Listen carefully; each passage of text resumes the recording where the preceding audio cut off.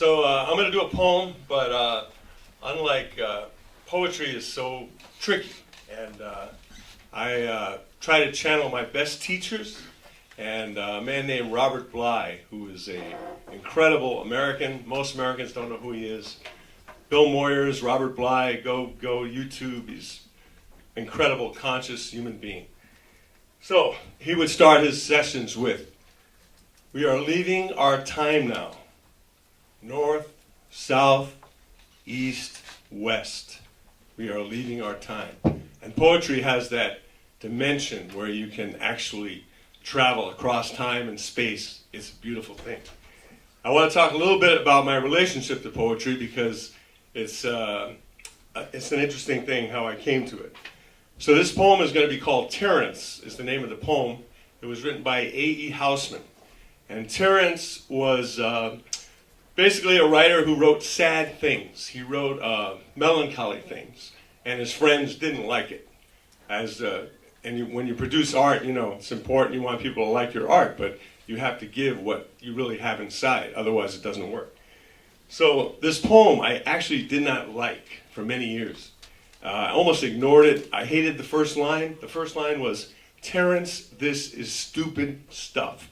I couldn't stand that. I hate the word stupid. I hate, I just no, I don't like this poem. But I got lucky. I had a friend named Tom Haynes. And Tom Haynes this is upstate New York, 1976, Main Street, snowy day. He was a writer. He was a actor, a really good-looking guy with the ladies, and an athlete, okay? Me, I wasn't that secure. I felt like I'm not that good-looking. I'm not a super athlete. So, to have this guy do this poem meant a lot to me. So he gave me a little blackberry brandy. We stood in the studio, and he started reciting this. And, I remembered that. Somehow that went in me, and I said, I don't know what this means. And it took me years to get back to this poem. I mean, I just noticed that, and that was that.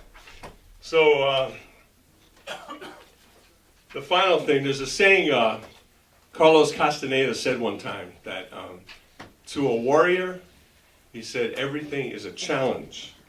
But to an ordinary man, everything is a blessing or a curse.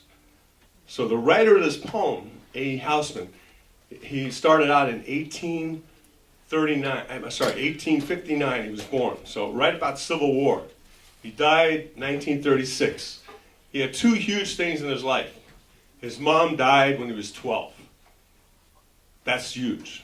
And personally, my mom died when I was 11. So I can vouch for that. That is a huge thing. And the second thing was he was gay back in those years. Can you imagine what that would be like? And his lover rejected him. So he had this sadness.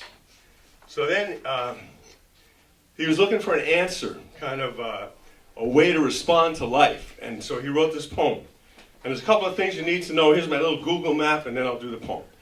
So the first part, does anyone know why John Milton wrote Paradise Lost? You ever hear of it? Paradise Lost, famous work? Yep. Nornet, why? I don't know it. I just know I've heard of it. Okay, that's okay. No, that's great. No. He wrote it to try to explain God to man.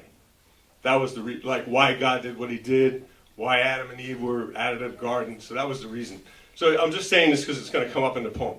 And the last thing you have to know is a key thing. Mithridates. Anybody know who Mithridates is? Okay, Mithridates was a king of Pontus. He fought Rome. Now, Mithridates' father was poisoned in 120 BC. So here you have this kid. My dad is king and he's poisoned. What do I do? So Mithridates goes into the woods and he starts to take in little poisons to make himself immune. True story. And there's actually an anecdotal, there's actually a medicinal potion that comes from that time that's still around in medicine. It's crazy. But, so the poem goes like this. Terence, this is stupid stuff. You eat your victuals fast enough. Good appetite. There can't be much amiss, 'tis clear, to see the rate you drink your beer. I used to think that was fast. No. Terence drinks his beer slow. Took me about 5 years to figure that one out, okay? And there's a reason, because he's calm, okay? But oh good Lord, the verse you make, it gives a chap the bellyache. The cow, the old cow, she is dead. It sleeps well, the horned head. We poor lads, 'tis our turn now to hear such tunes as kill the cow. Moping, melancholy, mad. Come, pipe a tune to dance to, lad. Hey man, give us an up tune. We don't want to hear all this crap, right? So now Terence has an answer. Why, if 'tis dancing you would be, there's brisker pipes than poetry. Say, for what were hop yards meant? Or why was Burton built on Trent? Those are breweries, right? Oh, many a peer of England brews a livelier liquor than the Muse, and malt does more than Milton can to justify God's ways to man. Ale, man, ale's the stuff to drink for fellows whom it hurts to think. Look into the pewter pot and see the world as the world is not, and luck, while pleasant, till 'tis past. The trouble is, it 'twill not last. So now he goes into escape, which we all do in time, right? He says, oh, I have been to Ludlow Fair and left my necktie God knows where. Or maybe women with high heels, they leave them around, right? And left my necktie God knows where, and carried halfway home or near quarts and pints of Ludlow beer. Then the world seemed none so bad, and I myself a sterling lad. And down in lovely muck I've lain, happy, till I woke again. Then I saw the morning sky. Hi-ho, the tale was all a lie. I was I, my things were wet. The world, it was the old world yet. And nothing now remained to do but begin the game anew. So then he says, so therefore, since the world has still much good, but much less good than ill, and while the sun and moon endure, luck's a chance, but trouble's sure. I'd face it as a wise man would, and train for ill and not for good. 'Tis true the stuff I bring for sale is not so brisk a brew as ale, but take it if the smack is sour, the better for the embittered hour. It should do good to heart and head when your soul is in my soul's stead, and I will friend you if I may in the dark and cloudy day. And then finally, his little tale, and now here Mithridates comes in. There was a king reigned in the east.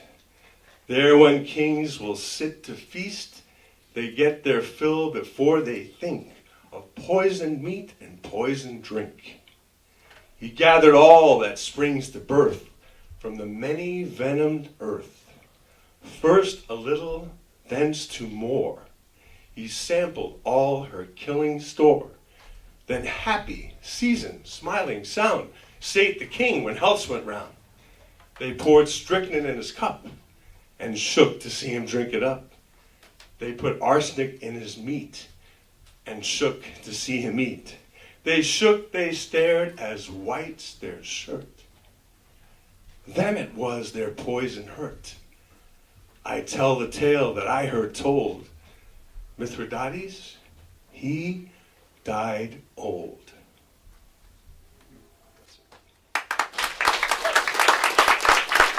Thank you very much.